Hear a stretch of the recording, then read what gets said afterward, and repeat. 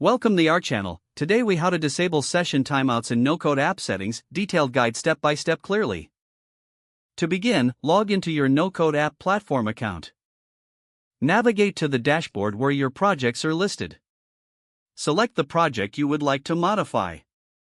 Once you're in your project, locate the Settings tab. Click on the Settings tab to access various options. Look for the Session Management or Security section within the settings. In this section, find the option for Session Timeout settings. You may see options like Auto Logout After or Session Duration. Select the option that allows you to adjust or disable session timeouts. If applicable, toggle any switch that mentions Enable Session Timeout to the off position. If there are specific time limits listed, you can set them to a minimum value, usually 0, to effectively disable the timeout.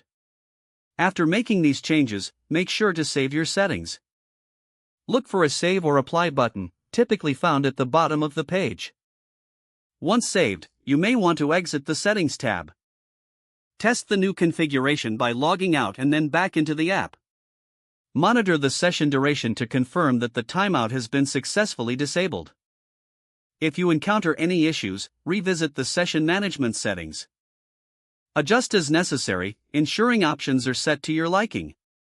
Congratulations on successfully disabling session timeouts in your no-code app settings.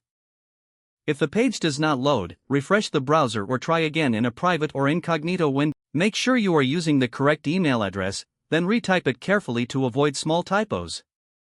If your password is not accepted, use the reset option and create a new strong password you can remember. Check your spam folder for verification or security emails, then complete any requested confirmation steps. Enable two-factor authentication if available to improve account security and reduce unauthorized access risk. After signing in, review your profile details so your contact information and settings are accurate and current. If you see an error message, note it down and try again after restarting your device and internet connection. Log out when you finish, especially on shared devices, to keep your account and payment information secure. If the page does not load, refresh the browser or try again in a private or incognito window. Don't forget to like this video and subscribe to our channel for more step-by-step tech guides.